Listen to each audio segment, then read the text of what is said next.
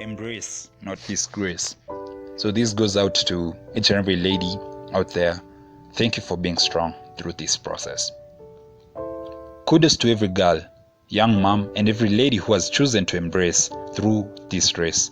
Not because it's a disgrace, but because it's their own race. Well, if you ask a doctor, it's science. But if you ask a common mwananchi, it's uchi, and we should not mention it outside the four walls. But do we wall their world with love? Show them they are our own. But ego got us, and we always in that corner to leave them broken, without a knot on the rope, a place they can hold. While it's not just a cycle for all, it's not always for all. Some tissues are the only hope. When in the midst they can't stand for maybe something is up. And we only shake when we got our own up. We push young girls to discover the wrong places where they don't see the dice being played on them. So they get the always. But do you know what they lose? Do you know what they give?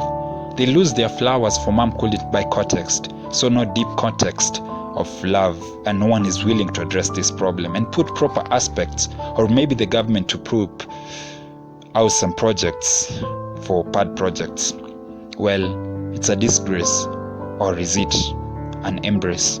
This race goes beyond to see them get reflex, a reason to make them see the difference that period poverty is not a limitation. For out here, people trying to reach them and tell them they are beautiful and they have an opportunity to live in the always dreamt world. Well, teach them about them and how being a mom starts from the head and not the bed.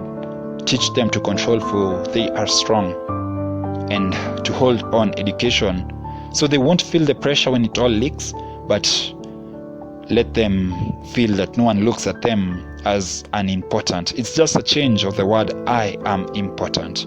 I choose to stand with a girl. I choose to embrace, for they can win this race. I choose to stand because it's not a disgrace. It's something which is in them and will always be a part of them. So I choose not to criticize, but I choose to stand, call it size.